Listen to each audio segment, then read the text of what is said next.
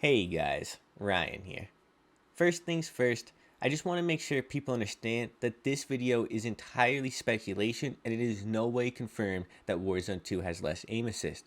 However, based off these quotes in a Venture Beat article when they were talking to the Warzone 2 developers, I think there's a very good chance we're going to not have as strong as aim assist in Warzone 2.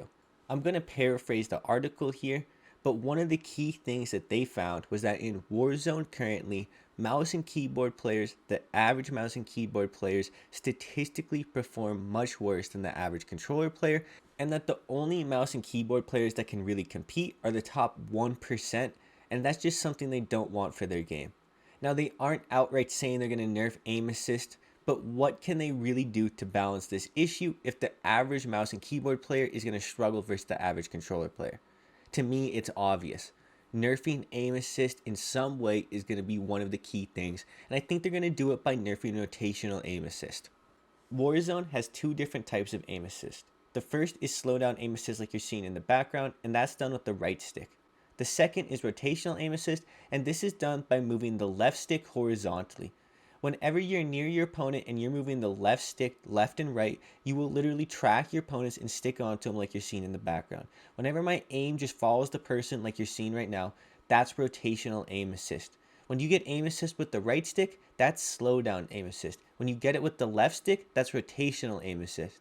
It's the AA that comes from using the left stick that's a little more broken than the right stick, and I think that's what should be nerfed if they inevitably do end up nerfing aim assist. As I said before, there's no guarantee they're actually going to nerf aim assist, and I don't want people thinking this is an absolute guarantee. This is all speculation based on the quote, and I do think you should read it yourself, because when I did read it the first time, I thought they were talking about things like graphics and everything like that, but after they were talking about the average keyboard user versus the controller player and everything like that, that's when I then realized they probably want to figure out a way to make it more even, and what other way could they do that?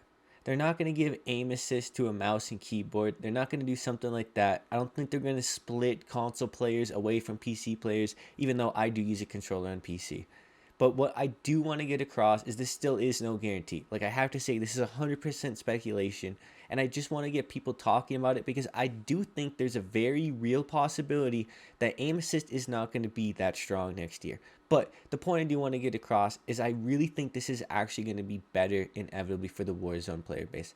I think this is going to make controller players have a better time because it's going to make aim be more about skill and the actual fundamentals. Good skills like centering, pre-aiming, recoil control, all of those are going to be rewarded, and just abusing aim assist is not going to be as powerful, and that's going to be better for keyboard players, that's going to be better for controller players, and that's just going to be better for everyone overall. I think for a more balanced game, for a more balanced play field, for just an overall better Warzone 2 and Modern Warfare 2 experience, I think that's something that's going to happen.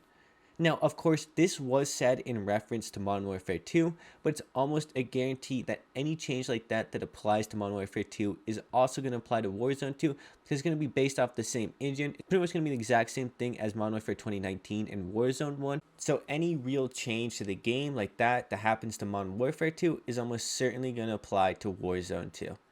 Now, if you are a keyboard player, you shouldn't get your hopes up and say this is 100% going to happen, but you should feel somewhat relieved that they are aware that there is an imbalance, and I would assume in some way informed they are going to address it. That's why I do think they are going to nerf aim assist, because why else would they publicly be talking about it in an interview like that and acknowledge the issue themselves? Now, as a controller player for a long time, I was somewhat in denial of how bad the disparity was, but as a semi-competent mouse and keyboard player who's achieved max rank in Halo Infinite on mouse and keyboard versus controller players, I struggled on mouse and keyboard on Warzone. When someone's slide canceling around, hitting bunny hops with their stimmed up super good fast movement, it was just a little too hard for me to stay consistent, and those one or two shots would end up costing me, and I felt like aim assist was allowing me to stay more on target than mouse and keyboard would really allow through raw skill.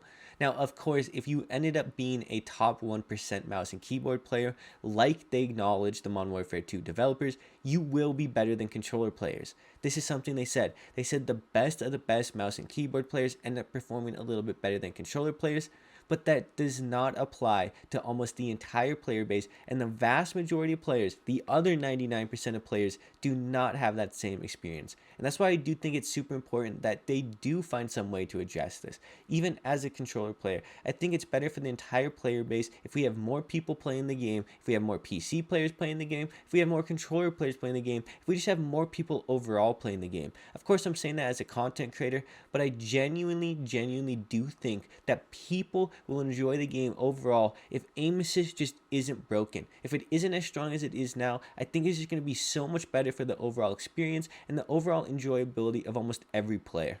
I just one more time want to remind people there's no guarantee they're going to nerf aim assist, but I just want to highlight that they are aware of the problem, and I think in some way, in shape or form, they do want to address it. I'm not sure what their solution to this problem is, but they are aware of it. I do think they want to do something about it, and I just hope inevitably we end up seeing a fair and balanced system that works out for every player and every type of input.